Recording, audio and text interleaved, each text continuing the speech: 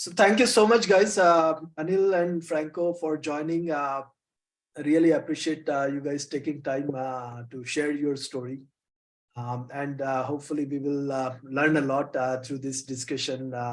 So I've got a few questions, which I have already shared it with you guys as well, but I will anchor this discussion through some of these questions.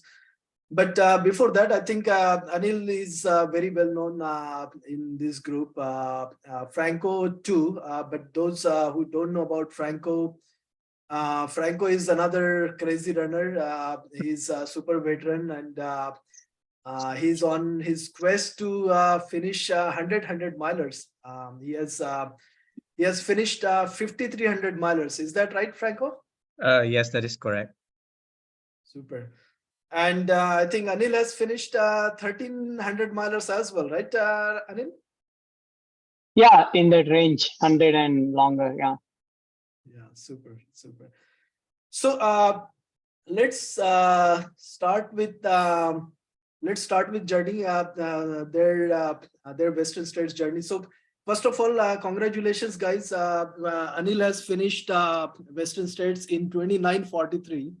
And Franco has paced his runner Tracy Wagler, and he finished it in 29:23 hours. So congratulations to you guys. So my first question is, why is Western States so special for you? Since you guys have finished so many 100 milers, and in fact, Franco has finished his Western States in 2015. And this time Anil's second Western States as well. He finished it in 2012 in 29:39 hours, and this year in 29:43 hours. So what makes Western States so special for you guys? Can you share some of your previous stories, which makes Western States something different? I was gonna go ahead, Anil. Anil first. Yeah, Anil can go ahead, and then Franco, you can. Yeah, I mean, it boils down to it's the origin of trail running, right? I mean, trail 100 started from Western States. So at least personally as well, it just coincided with one of the hundreds which I came to know back in 2004. I was running a 30K, and there were other longer races. I was doing a PCTR trail run. There were other 50K runners, and I was under the impression that a 50K is a big deal. And I was chatting with other runners, and they said that no, this is just a training run. We have American River 50 coming up in 4 weeks. I said 50 miles. Oh my God. 19 more miles than 50K. How are you going to do it? Well, that's not much. Actually, we are training for Western States 100 mile. I'm like, 100-mile run. And this was, I had no clue. Actually, it so happened that I had seen that initial documentary back in 2002, but I had no clue that it's Western States 100. I was seeing that the documentary which they screened in the Western States training camp. What's it called? Is it The Step Beyond? Or I don't recall the name, but one of the early documentaries where they chronicled the 2001 Western States. And I had seen that, and it really fascinated me. And it didn't recall that time that it's a 100-mile run. I just appreciated that the run. And then 2004, it suddenly clicked. Oh, maybe that's the one I saw that day. And I just hooked onto it and was kind of in fascination. And I won't say I ever dreamt of doing it that day. It was just in awe of all the people training for Western States that day. Yeah, that's how it got kind of, got my interest sparked into Western States. That's amazing, and you just hooked onto it. I think you did fat ass Western States 100-mile course as well. Yeah, that was in 2018, when bunch of us, 2017 December, bunch of us didn't get in, so we're frustrated. And Duke came out with the idea of, hey, why not just do a fat ass Western States? And then the 30 of us in Facebook group who were interested in doing that, and finally it dwindled to 3 people by the run day. Yeah, we it was an interesting experience. We did a week before Western States on 2018, and perfect conditions, and it was a fun run. And we got lucky with the crewing. His wife crewed, and my friend Rajiv crewed for half the distance. So yeah, that was an interesting interesting run as well. Yeah, if I can, I'll let Franco continue with this his passion for Western State. Then I have a screen to share. Okay. Well, for me, my question was, why is Western State special for me? Well, just like Anil, I had no clue what Western State was before when I started my ultra running back in 2010. But of course, when you start your running ultras, you start to eventually increase your distances from 50K to 50 miles, 100K, and eventually 100 miles. And then the first big race that you find out is Western States. So why is this Western States? I didn't have a clue back then, but from my research, then I knew it to be the granddaddy of ultra running in the United States. So, and then that it really was. When I ran it in 2015, I saw the amount of media coverage. It was the best, at least in the country.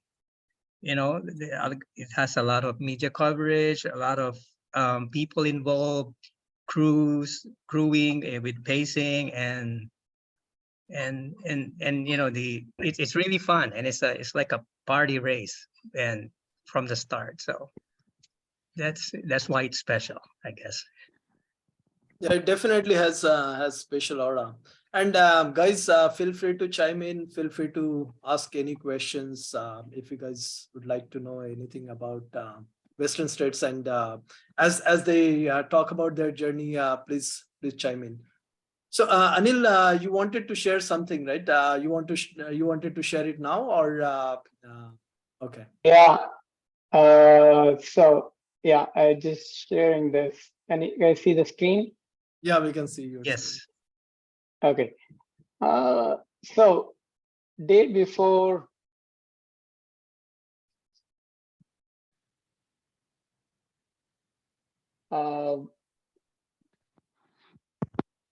Okay, are you guys seeing the picture with all the folks in there?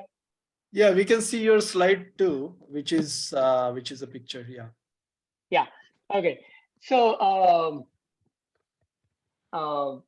pre-race there was a so basically all the Western States festivities start from Thursday morning, Thursday of the race week.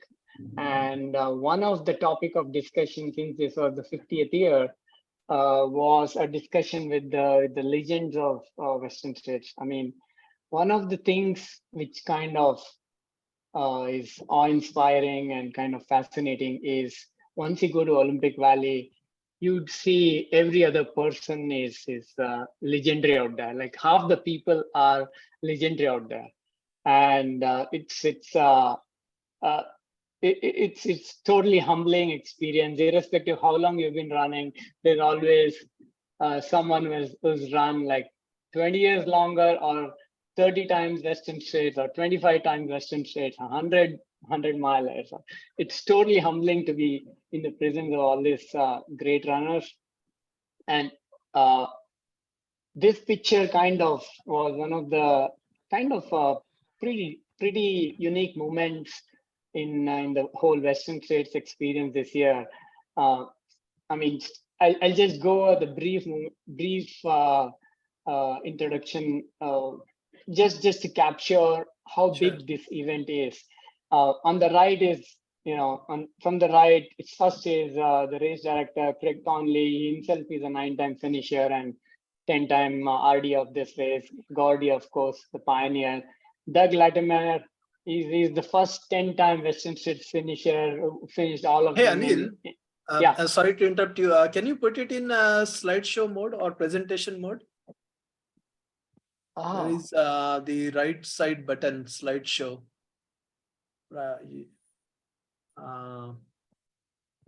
in, you're not On able your to right see. side, yeah, on your right side, there is this button called slideshow, so that we can see this as the entire screen. Do you see a slideshow button on your right I see side? new share, and then Yeah, just share besides share, there is a slideshow. I don't know if Yeah, it's a white button next to the blue share button. yeah, on the left side of share button. Your right top corner, Anil. If you see your right top corner below the update, you see a blue share button, and then to the left of that, there's a slideshow button. Right top corner. Or it's okay. We can. It's fine, Anil. Let's share your screen, and if you can close these themes, right side themes, then probably it will expand a bit too. okay. Okay.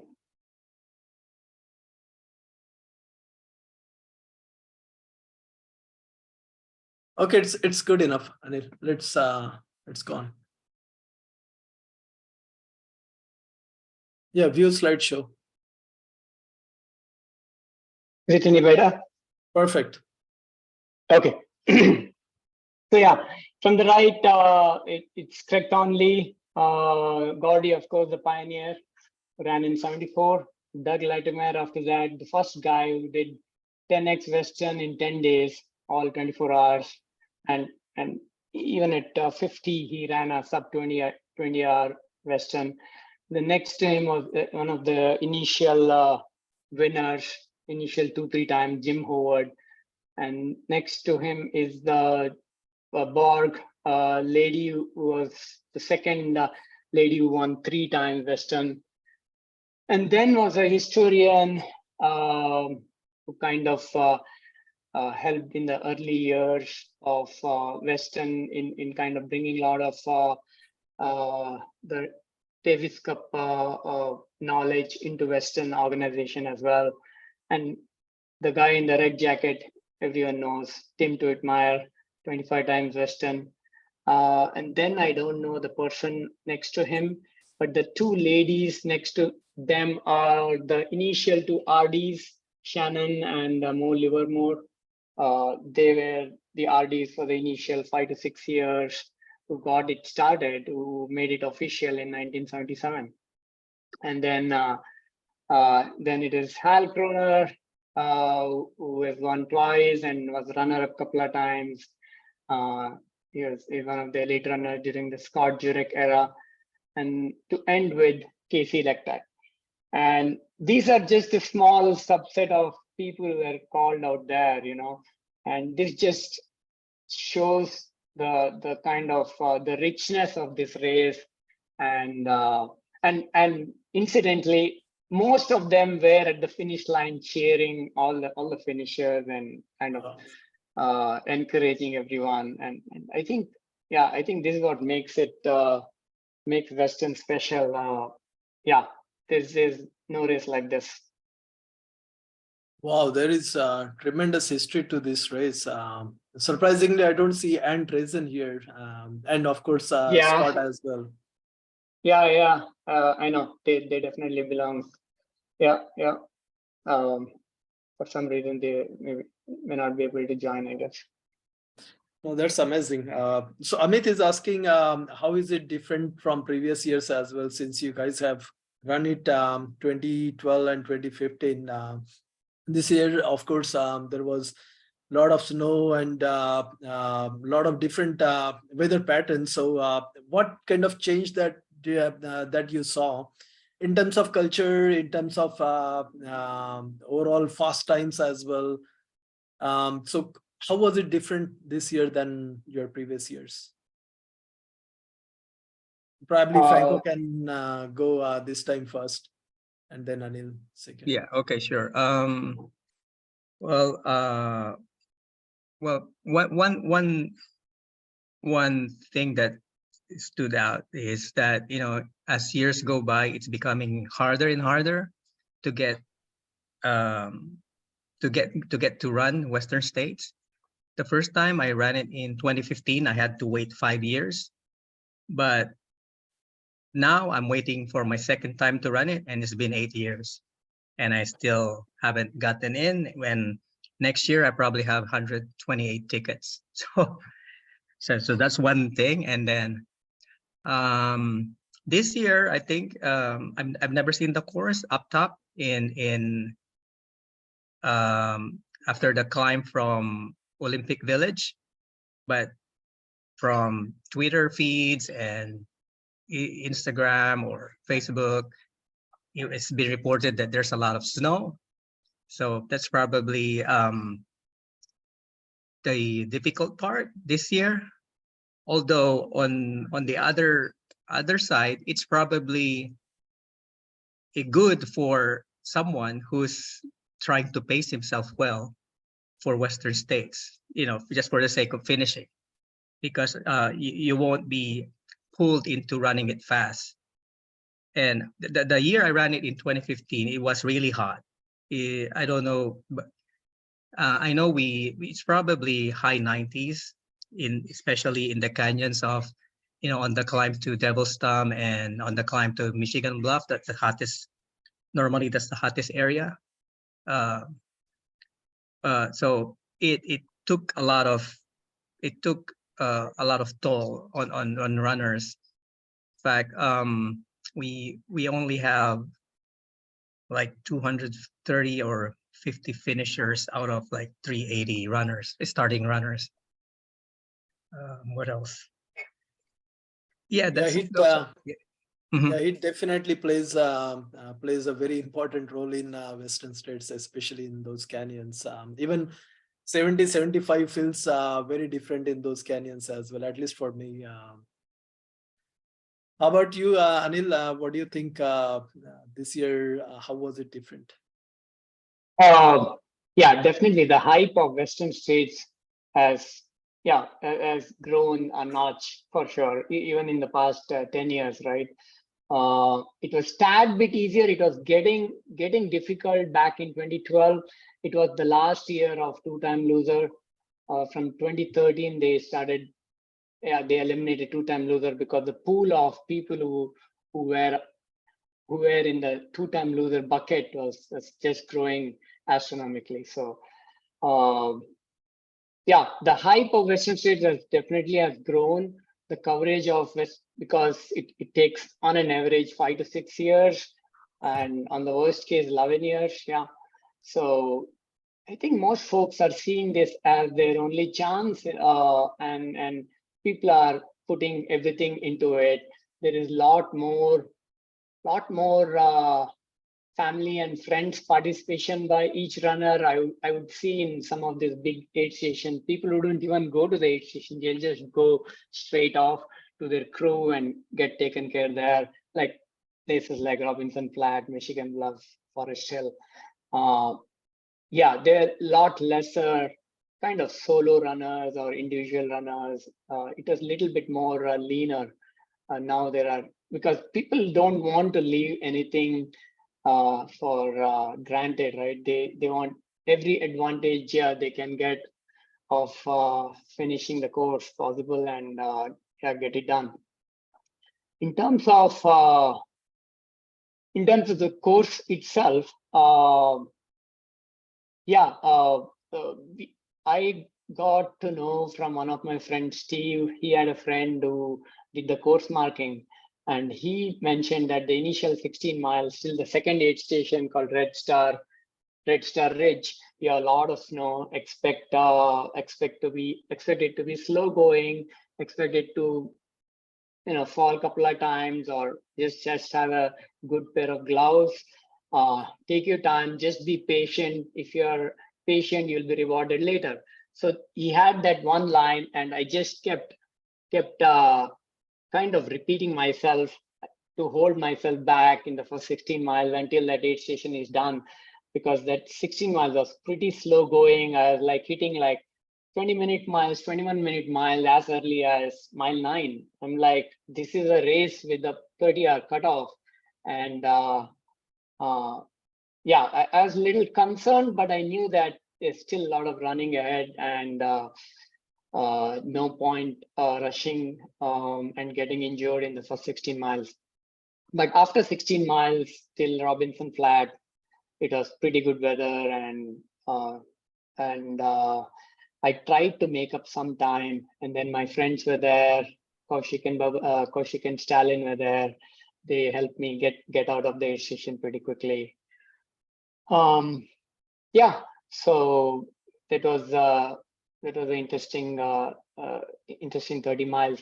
One of the things I knew from past is what happens is in a high snow year, to keep in mind is people tend to get slow because it's snow year, and then the cutoff at Robinson Flat catches up to them. So you have to kind of have a delicate balance between being a little bit aggressive and conservative. You can't be too easy in the snow section as well, because then you'll miss the cutoff at Duncan or Robinson Flat. So they removed the cutoff at Red Star Ridge, but then there's the same cutoff at Duncan and Robinson Flat. So I was just 50 minutes away from Robinson Flat cutoff. I was already 10 minutes beyond the 30-hour pace at Robinson Flat at mile 30. Even though there's plenty of running, that tells something that you can't get too slow in the snow section. But yeah, you need to keep it going, keep the aid station stop low, and yeah, not add any buffer really, but stay on top of that 30-hour pace, or even whatever time goal you have. So there wasn't much snow beyond 16 miles to Robinson Flat? Yeah, just few patches here and there, but not much after 16. Looks like a lot of snow has already been melted Was by it- the Yeah. time we ran those training runs and then actual Right. race. It totally melted up after Robinson Flat. Before that, there were a lot of runoff, snow runoff. Your shoe are definitely going to get wet. Duncan Creek, you had a stream crossing there. Your shoe was definitely wet by Robinson Flat. So Did you change your shoes in Robinson Flat? yeah, that's why I was expecting to get wet by Robinson Flat. I changed my socks and shoes there and re-looped my feet. Yeah, it was already kind of soft. My skin were already soft by the time I reached Robinson Flat. Wow. So hey, So Anil, to I your- have a question. So do you think if you had some spike shoes in the beginning, like it's not like a micro spike or anything, there are some shoes that come with a bit of spikes in it. If you had something like that, would be there any advantage in the snow sections? Nothing significant, I think, unless you actually train in those sections, unless you kind of live in a snow-fed area and your training runs are in that region, you won't get too much of an advantage. Yeah, because the more challenging part was getting down, not really getting up. And getting down was mostly just glissading short sections, 5 to 10 feet, just glissading, just slide down and then get up and keep going. Yeah, not too much. I don't think so. Was the terrain from mile 16 to Robinson Flat still muddy or slippery? There's a little bit snow runoff here and there. But So there's pretty good. good traction, you would say. Yeah, it's pretty good. Okay. To your earlier point, Anil, this race, this year race was, or in recent years, race has changed a lot. There's a lot of crowd as well. Teams have gotten bigger too. So I was talking to Kaushik, and Kaushik said that there were a lot of runners who missed their cruise at Robinson Flat. Some of them were targeting sub 24 hours as well. So it was definitely a challenge, I guess, for crews and their teams to reach at all those aid stations on time. Yeah. So I mean, I don't know if Kaushik or Stalin are here, but Yeah, I'm they. here. Oh, okay. Do you want to add anything on what's the best time to get to Robinson Flat? You have more experience than anyone. Yeah, Robinson Flat is because that's like the first big aid station where crew can get, and so you'll have crew for runners who are like the 20-hour runners to all the way up till like 30-hour runners, right? So you have crew for all these runners, and no one knows how their runner is really doing until then. So that place gets crowded. So Robinson Flat this year was particularly crowded, I think, because there was no crew in Dusty Corners, I think, this year. So there was crew for literally every runner over there, and I would say get there at least 2.5 hours before your, runner's estimate. Which means, if your runner is 26-27, you get there by 10:30, 11, to be safe, to give you enough room for your runner to come early as well. So yeah, I think that was the biggest challenge for us. We got lucky. We got, there are basically three parking lots over there. All the three parking lots are full until 6 miles behind the aid station. So we got lucky that we were able to take the car. We waited for a while. We were able to take the car all the way to Robinson Flat, but a lot of other runners had issues with their crew. Yeah, I mean, that was the biggest challenge, I would say, getting to Robinson Flats. Yeah, next year, if someone else is running, the crew should get there much earlier. Yeah. So you guys, I'm sure you guys must have planned it that way as well, because of different conditions this year. I mean, we had experience last year because we went there for Sunad. And last year, when everything was fine, it still took us an hour and a half. So, and all the parking lots were not full last year. So we knew that we had to get there early. Yeah.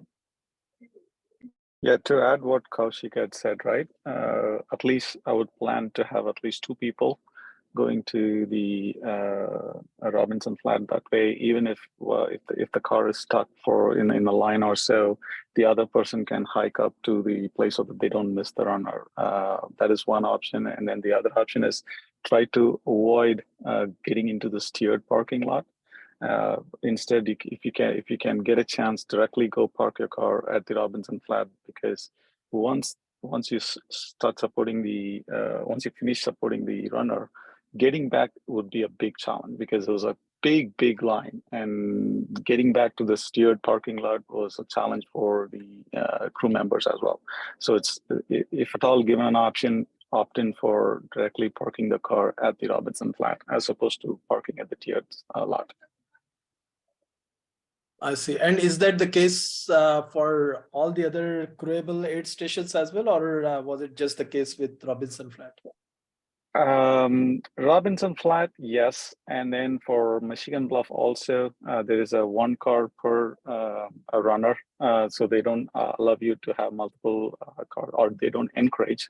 They don't police you, but they encourage to have one runner per car, and you have to go park in one location, and then from there will be a short shuttle to the Michigan Bluff point.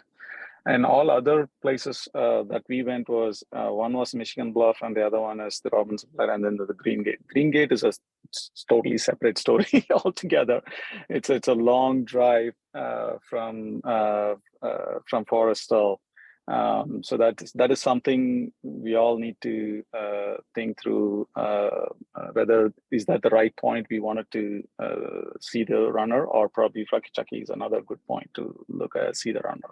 So that is something we need to think through, because what happened this time when we supported Anil was we decided to sleep in the car as opposed to going back to the lodging, get some sleep, and then go back and see the runner, right?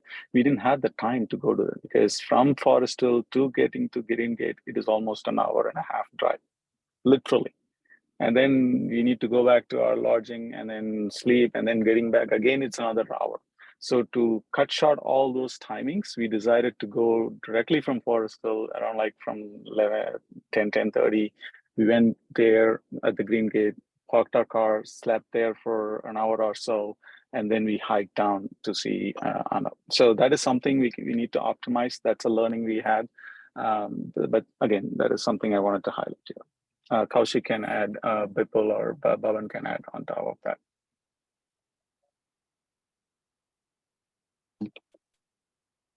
I think there is from Driver's Flat, you can park your cars at Driver's Flat, and from there, I guess around a mile or two of a hike or downhill to Rocky Chucky. That could be a better option for crewing rather than maybe Green Gate. And there is a pacer overlap, or you can have multiple pacers from Rocky Chucky to Green Gate as well. That is correct. Yeah, that's correct. Yeah, one other thing allow- that we learned was that from our Michigan Bluff, if the runner crosses the 8 p.m. mark, you can have what do you call that? A pacer from Michigan Bluff. It's from the Michigan Bluff itself. Oh, I see. As opposed to start from Forest Hill. That is something we learned this time. So Baban got to pace Anil from Michigan Bluff, but the original plan was to do it from the Green Gate, right, which is from mile 80 to mile 100. So that is something we adjusted, but again, it all depends on how the runner is planning on what pace. So we can plan for a third pacer or whatever that is, if they allow it. Do they allow crewing at Rocky Chucky? We did not see many crew or anything at Green Gate, but we saw, I think, some at Rocky Chucky. Yeah, there's a lot of cars, right? Because it's all on the Forest Hill Road, right? We saw a lot of cars in Rocky Chucky. So I don't know, that is something we need to double click and see what options we have there. Yeah, you can have pacer exchange from Rocky Chucky too. Ah, nice. Then I think that will be the best place, because it's all on the same road. Quick, go get a quick nap in the hotel and come back. It's all in that area, right? So that'll be a good point. Yeah, I But think to people's point, can we have crew at Rocky Chucky or not? Yeah, we can. Yeah. I think even for pacer scenes, that would be a better option than Green Gate. Yeah. Green Gate was Green Gate, yeah. But pacer out does it matter? To They have to hike back. Then They have to hike up Green Gate. Right. You have to hike up from Rocky Chucky to Driver's Flat as well, 2 miles. So either you can go to Green Gate or you can go to Driver's Flat and then join. Pacer has to hike extra 2 miles even there. Yeah. It's convenient for crewers. The thing is, I mean, yeah, hike up is either way, it's the same, but dropping off, picking up, it's all on the same road. Whereas if it is Green Gate, you have to drive almost an hour inside, right? So that we can avoid that and have the pacer sleep or take rest in that, avoid that driving time. That's what I'm saying. Yeah. Otherwise, it's all the same. I mean, they have to hike up, hike down. That's all the same between both the 8 stations. I think it's just Yeah. that we did not know that before the to Green Gate will be hiking so much, right, from the car. But now we know it. If we are like expecting that, I don't think that's a problem anymore. It's a matter of like an expectation. Okay. So I see a question from yeah. Saurabh. Is this Saurabh or I see SBX? I hope it is Saurabh. Yeah, that's me. Okay. So Saurabh is asking, how is the race prep different from Western states compared to other races, other hot races and other mountain races? Anything unique that you guys trained for Western states? I'm sure you guys had your own race strategy as well and your training strategy, especially to deal with heat, and then especially for this year snow situation in first 30 miles too. Yeah, actually, so I think I'm more interested in anything specific to Western states. Like, there's plenty of mountain races, there's plenty of hot races, there's all of that, right? Like, how do you train for this race, which has that hot race? It is net downhill. Like, it has very unique mix of things. And how do you train for it? Because, for example, you just cannot run downhills, you cannot just run uphills. So yeah, what is unique about this training cycle? Again, I can jump in few thoughts. Yeah, he definitely the most crucial and which can kind of change the finish rate in this race, right? I mean, this year it was almost ideal, except for the initial 16 miles. Most of it was pretty good.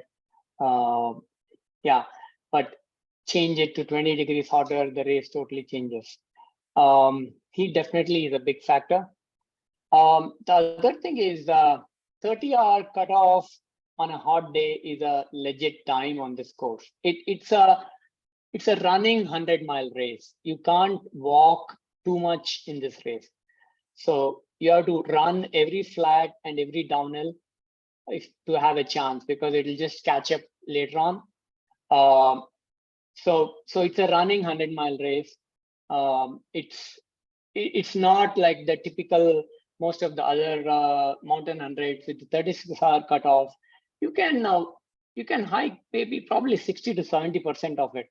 You can get away with 30% of running and 30 to 40% of running, 60% of hiking. But here, I would say you need to run at least 60 to 70%,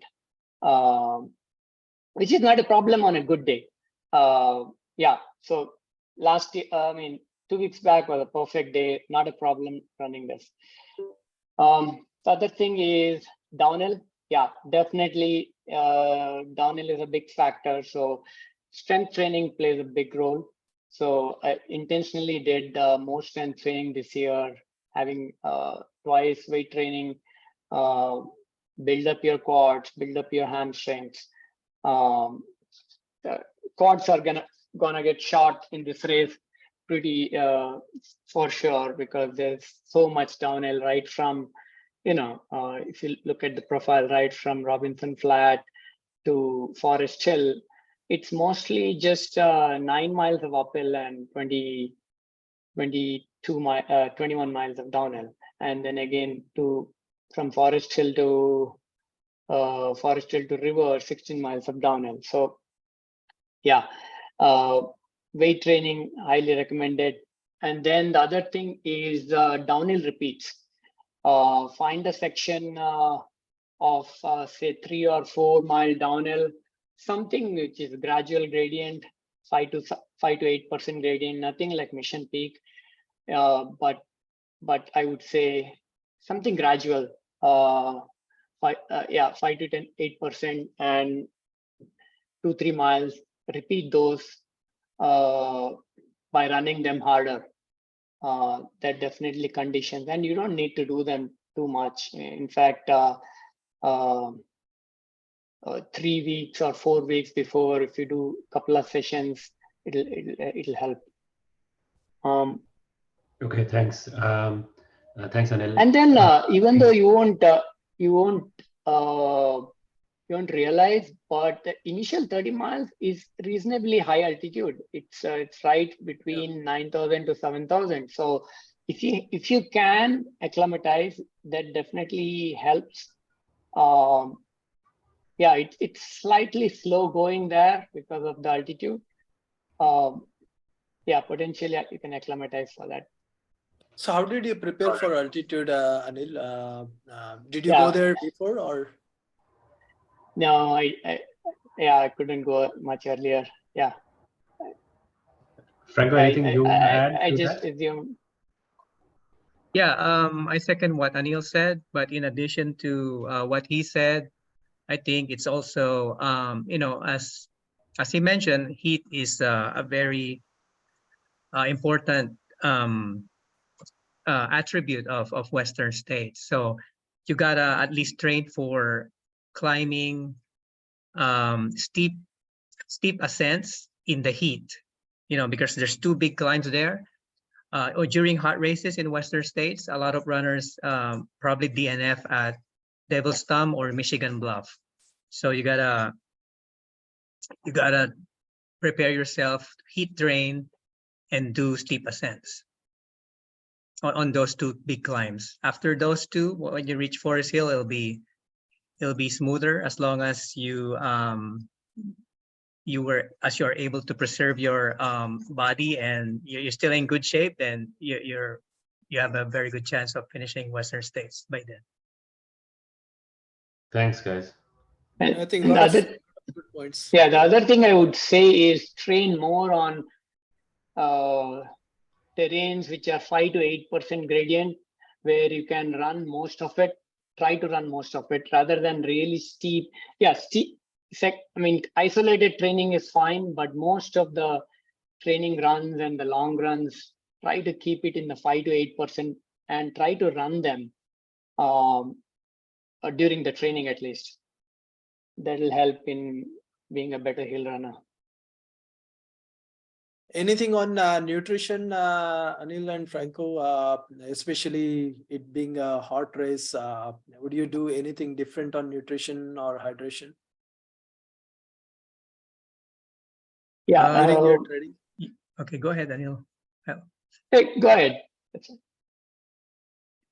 Okay, I mean, my nutrition has changed over the years, but when I ran Western States back then, I still rely on gels, that sort of thing, which I don't like anymore. And it doesn't really suit me anymore. So, but back then I used those and I complement them with aid station food. Like normally I just eat potatoes and potatoes, salt, and whatever. I don't eat much of those sweet stuff, but I guess potatoes and bananas. That's yeah. In today, I have switched for a few years, for several years now. I have switched to liquid fueling, which really helps me a lot. So I put my fueling in I dissolve it in just plain water, and then so by doing that, I'm actually accomplishing two things at the same time: hydration and fueling.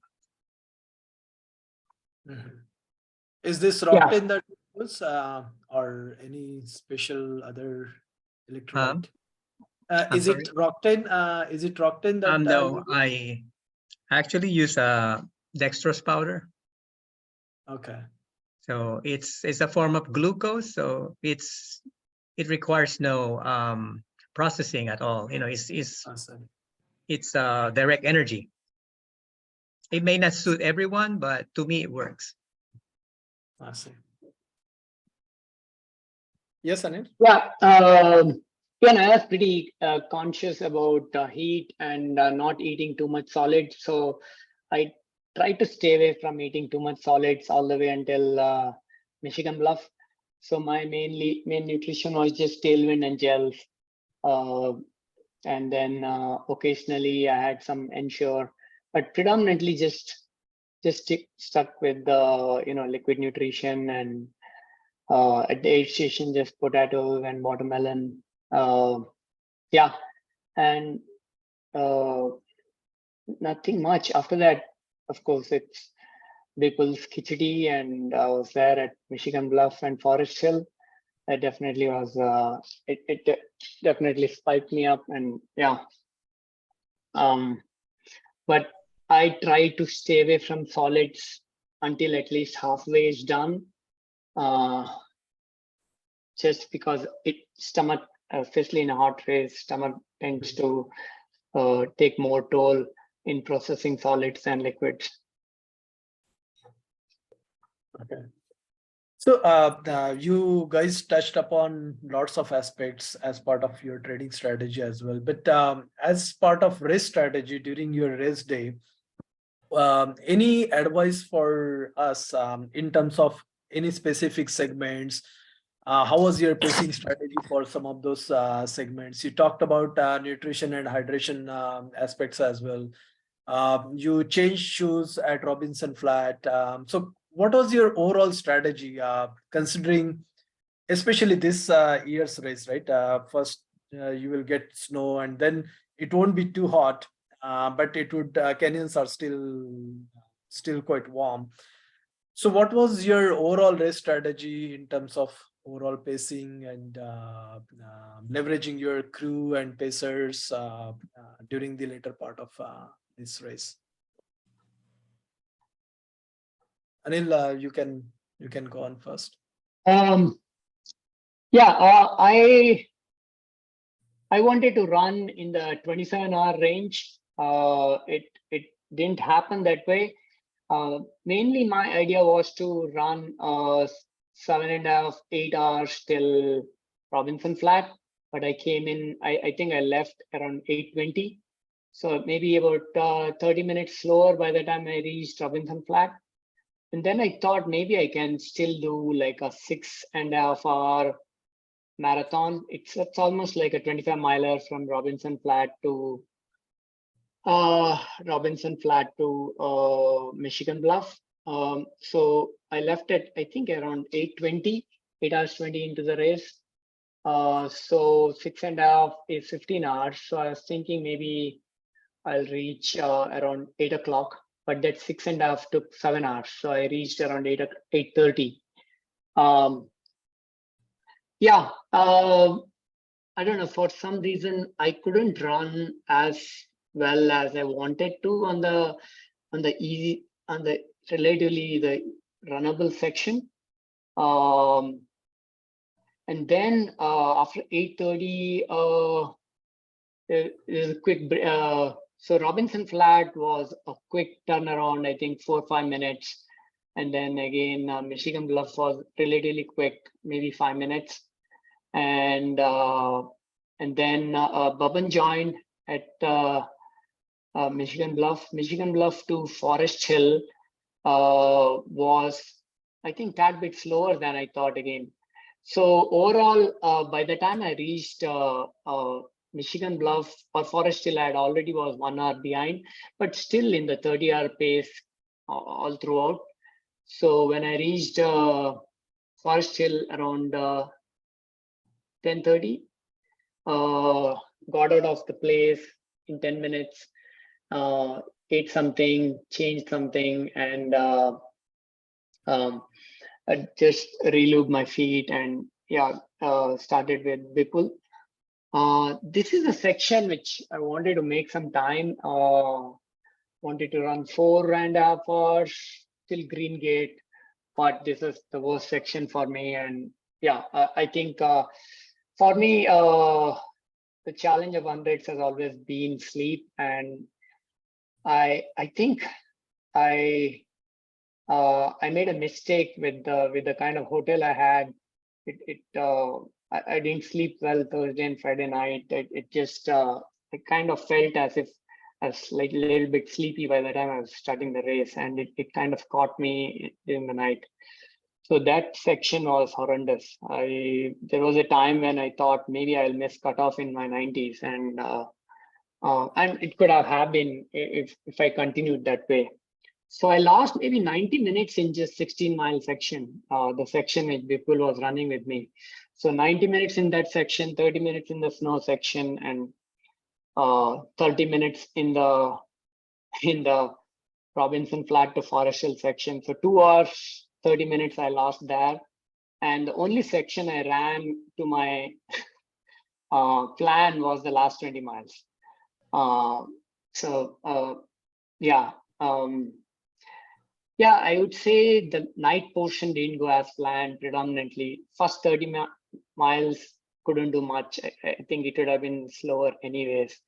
It was mainly the night portion which just was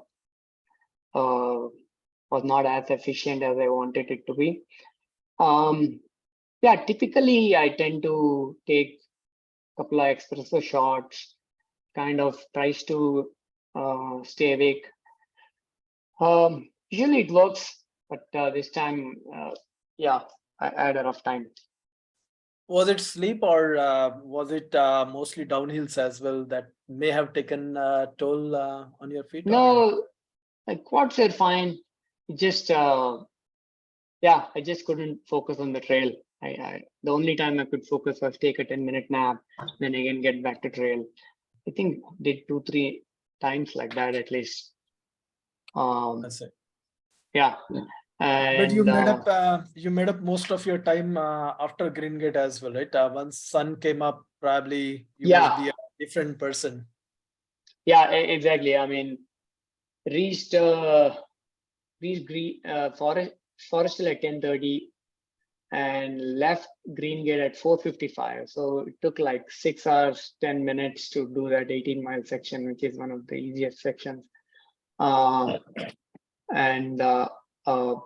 Yeah, at that point, sun was just coming up. And then the good part was it's a reasonably runnable 10 miles from 80 to 90, the Auburn Lake trails. If you have the legs, it's not too bad. I mean, at least shuffleable. At that point, we're just chugging along, and Bhavan was on top of hitting the splits, and like, you know, we were at the 30-hour pace by the time we left, and he said, just let's try to run 17-minute miles, just a minute faster than needed. We'll put some time in the bank. And that's what we kept doing all the way until mile 90.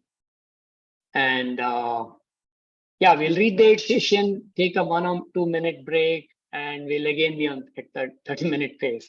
So we kept on doing until Pointed Rocks, and we were at 30-hour pace at that time. And then he mentioned that, hey, we have a 3-mile downhill 3-mile downhill coming up to No Hands Bridge. Let's take advantage of it.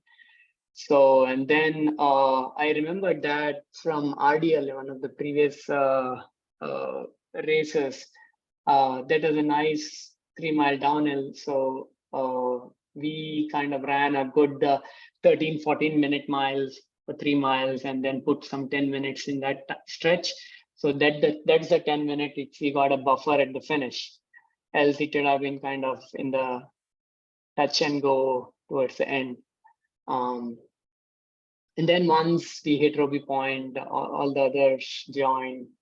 And after that, I mean, it's races in your pocket.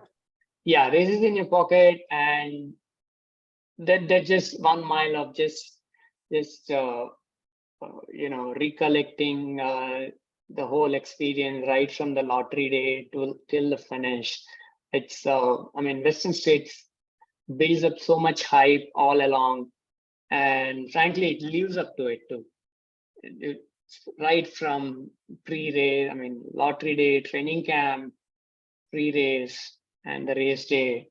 Yeah, pretty much right from the first finisher to the last finisher, everyone's made special and everyone's taken care the same way. And yeah, so the last mile is pretty much just about enjoying those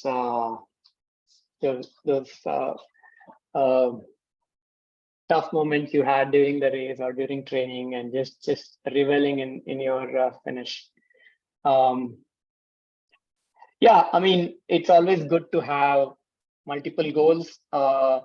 Frankly speaking, I was not too keen to run in a 29-hour, but then when you look back on the alternatives, it always feels good irrespective of how you finish. A finish is always, you'll always remember a finish, even though the time is not what you wanted. So always good to have multiple goals. Sometimes I know some of the folks were shooting for sub 24 or other goals, and at some point they just are not motivated enough to continue and finish it. Their reasoning being they already have a bronze buckle, but that's not the way you're going to feel 2 or 3 days later. You're going to regret it for not finishing it. So it's always worthwhile finishing irrespective of how you finish. Yeah, finish is always a finish, and especially finishing on that track with your family, with all your friends, that gives you all the goosebumps. So that definitely is a very special moment. And Bipul, Baban, you guys would like to add anything from pacing perspective as well? Well, I would just add that, if you pace Anil, I mean, just get him through the night. Once it's morning, he's a different man. Right? So, and I was very sure he'll finish it, even though his sleep was getting over him during the night. But he got over the demon, and we're happy that everything became successful right end of the day. Great job, Anil, out there. You beat your demon. Yes, and Neil did a really great job, right? Even when I was pacing him, he was tired, but he was pushing and he kept pushing, right? I mean, he didn't. So basically, in the last section, right? First of all, you can still be at the 30-hour pace and finish the race if you keep your legs stronger towards the end. So even if you're 30-hour pace, no, don't lose hope. You can still make buffers at the very end. And Anil was exactly doing that. Even when he was walking faster. He was not walking, stopping, walking, stopping. You should not now do that. He was continuously walking. So that was a good part, right? And also, yeah, so keeping that in mind is a very good thing that you will finish the race even if 30-hour pace.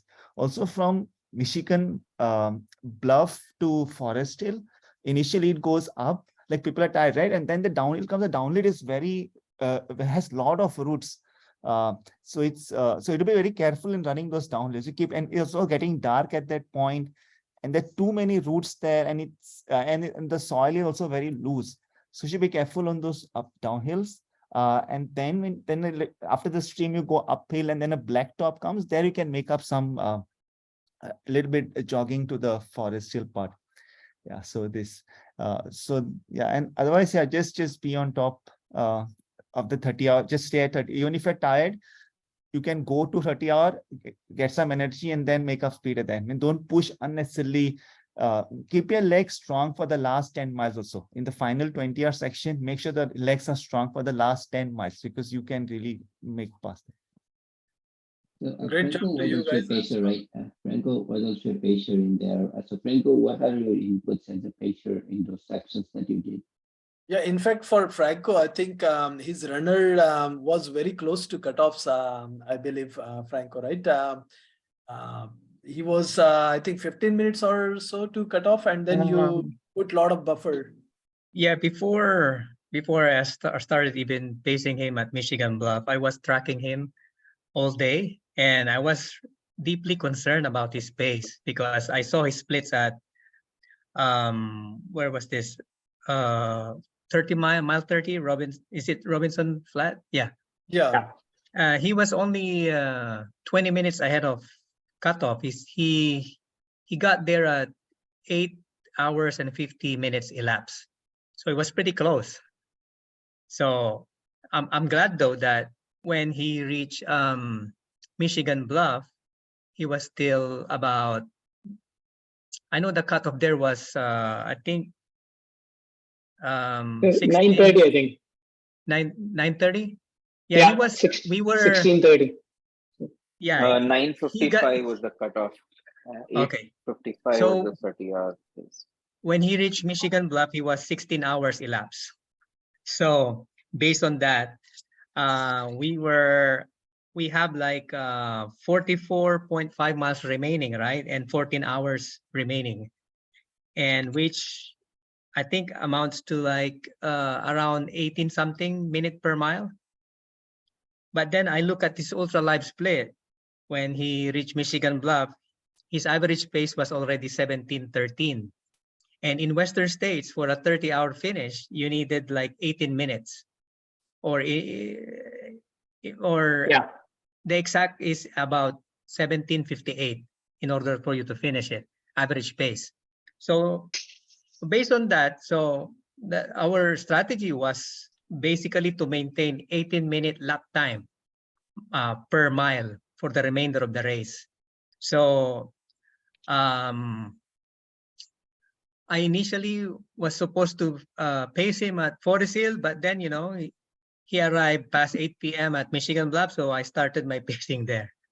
So what we did was, you know, basically to shuffle, run, walk, flats, and downhills, and just do uphills, do hiking on the uphill segments of the portion, and then I stayed in front of Tracy the entire time, keeping track of the lap mile pace. So you know, I'm lucky that Tracy is, you know, he likes numbers. He likes to hear real-time data from me. So every few minutes or so, I say to him, you know, the current distance in a lap, you know, let's say 0.25. And then I say the current lap pace, which is probably, let's say, example, 17:30. So that way, it will motivate him to speed up a little bit. If he hears something like half mile, 19:30, that means it's over 18-minute lap pace, right? So he will respond to that. So he will try to push, and I'll try to push him too, because I stay in front of him the entire time. And then we try to hit that 18-minute magic number in the uphills. So most often times we hit it, but a few times of course it's hard to hit an 18-minute pace on the uphills. Maybe we do a 19:30, but then we take it back on the downhill portion, and we're probably hitting about 16 or 17-minute pace on the downhill portion or the flats, which is good enough because, you know, we keep adding to the buffer. So I'm fortunate that Tracy has a strong legs in the uphills. So it's amazing that we were actually doing we were only about a minute slower than 18-minute pace and on the uphill climb portion if we do miss it. And most often times we were like only 30 seconds, you know, between 18 and 19-minute lap pace. So which was good. So, and one more thing is that Tracy wasn't a coffee drinker. So, and he doesn't drink any coffee at all. He's a tea drinker. So I know that if he had a pretty good sleep the night before, then he will probably be able to stay awake at night. But of course, I wouldn't leave anything to chance. So I gave him 2 caffeine tabs also on 2 separate occasions, just to make sure that he stays awake the entire night. So that's what we did, and it was great. We keep pushing I keep pushing the pace. I staying in front of him, and then we were only able to relax when we hit I think pointed rocks. And that's when we already knew that he will be able to finish Western States at that time. And then I was still trying to push the pace at that time, but you know, you know, if he doesn't want to do anything, you know, I'm okay with it, since it's almost in the bag at that point. Yeah. This is great.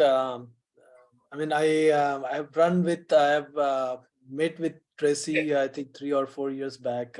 He's a strong runner. I raced with him in quite a few races as well. But hats off to you guys, Pacers and Cruz as well. Without you guys, I don't think most of us would be able to finish some of those races as well, especially in this circumstance.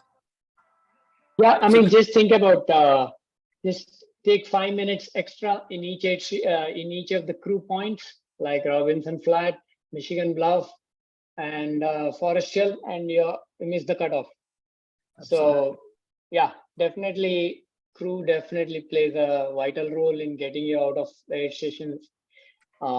If possible, even time it, make a list of things you're going to do at each aid station, give it to your crew, what you're going to do, and let them be on top of you, and just keep moving. I mean, any kind of movement is better than sitting.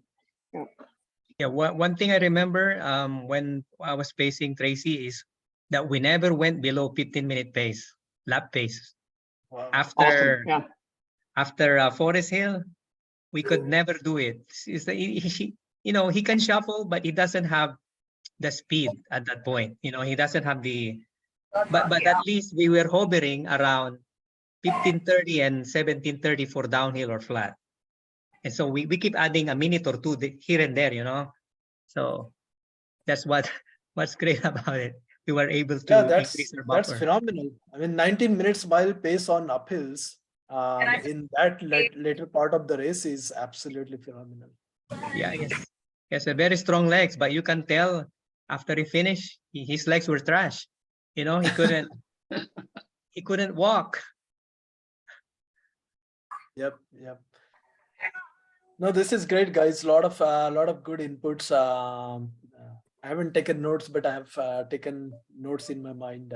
So I will put something together as well. And thank you, Anil, for putting this presentation together. I believe you would like to cover some of the challenges and suggestions as well. So that brings us to the last point. So let's talk about some of the things that you can do differently, some of the challenge based on some of the challenges that you guys faced, and any suggestions or advice, any top suggestions or advice to all of our future runners of this beautiful race. Anil, you want to? Yeah, at least in my case, I'd like to be a little bit more better rested next time. Yeah, but I think training wise, got a good training cycle since I mean this. Since the chance of getting in is like 5 to 10 year range, I was thinking, yeah, maybe this is the last chance, or maybe one more chance in 50s. So I wanted to give everything possible. Yeah, training wise, I don't think I could have done anything differently. With the life commitments, I got the best possible time as possible on training, and had a good training buddies. Thanks to them. Yeah, one mistake I did was the race week was a little bit more busier than anticipated and little less rested. That I would like to change for future. Actually, you know what? If you get in states, I think it's worthwhile staying in in the Olympic Valley, just next to the race. I think it's worth the premium. Yeah. Especially considering how long you all everyone ends up waiting.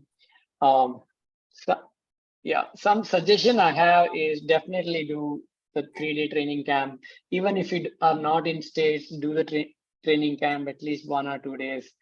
See the course as much as possible through other races like Canyons, 100K, and there are other ways to see the course too. Be part of safety patrol. You can see the initial 30 miles as well. Sign up as a safety patrol and run from start to Robinson Flat. There is a different comfort in knowing the course, and your visualization is much powerful, and there's definitely more possibility of success. And then if it don't keep Western states as your first 100, definitely do at least few hundreds before Western states, because if 100K is your only qualifier and you're going to Western states as your first 100, there's potentially a lot of 100-mile mistakes in everyone ends up doing. Don't do it in Western states. Better to do it in other hundreds, learn from it. Yeah, that's what I would suggest. Thank you, Anil. Anything from you, Franco? Yes, if you're a coffee drinker, then definitely refrain from drinking coffee. Instead, drink decaf. Maybe start that like a month before. You stop drinking caffeine and be well rested. And then on race day, you pepper yourself with a lot of caffeine. And then that will keep you awake at night. So, what else? I think that's it. Yeah, and then heat train as much as you can. Yeah. You have a lot of experience in these multi-night races as well. One of it is just coming up as well. So Oh yeah. I'll take this suggestion very seriously. Yeah, don't drink. Stay away from coffee, Pradeep. Make I sure do you- have a sleep problem as well. I do have similar. and then problem as well. at night, you start taking caffeine pills or whatever, double shot espresso, things like that, just to keep yourself awake. We're doing this. All right. We can see you guys. Thank you, guys. Certainly. How are you? Any other questions, guys? I see this beautiful suggestion from our lottery king, Mr. Josam. So he's saying, if you want to get into Western states, I highly suggest participating in the raffle and attending the live draw. Can you call There her is a now? separate drawing for live draw attendance in All right. the Thank center. you. So how useful it is? I mean, is it like a better? Does it give better chances to get into Western states if we are there in raffle draw? Let me call her. Raffle draw. Thank you, guys. I don't know whether you have to be physically present in the raffle draw is happening, but to put your name in the raffle, I'm not sure if you have to be there. So some knows simply. Probably But Joseph can throw more light. But at least there is another. But at least the odds is not 1 in 6,000. It's probably 1 out of 300 spectators, which is Yeah. So there is good. another draw among all the people who come into Auburn lottery, right? There's another draw just among those people, just for the people who are physically there. And then there is a raffle ticket drawing as well, which happens, I think, at least twice. One is day before the race and then during the lottery. So buy a good chunk of lottery, at least, I mean, raffle tickets, maybe worth $100 or $200. And I don't know how much each one costs, but there's definitely some chance. Yeah. Yeah, this can definitely be an additional way to get into Western states. Thank you, Joseph. Yeah. The other way is join a club. Join a club which sponsors runners on the Western States course. That has a pretty good odds too. Correct. So you both had terrific 2023. So I'm sure we'll see you guys at Ure, and then Franco has his most of these races lined up. So I think you are doing Fat Dog, and you're doing UTMB and Spartathlon as well. So yeah. Good luck. Good luck, Franco. That's an amazing trio of races. I mean, doing just one is amazing. Finally, you got lucky this year in UTMB, and I'm sure you will get lucky in Western States as well, maybe next year. Hopefully. And Anil is doing soft hard rock after pacing and crewing us at Ore. So great 2023, guys. Any questions from anyone before we close off?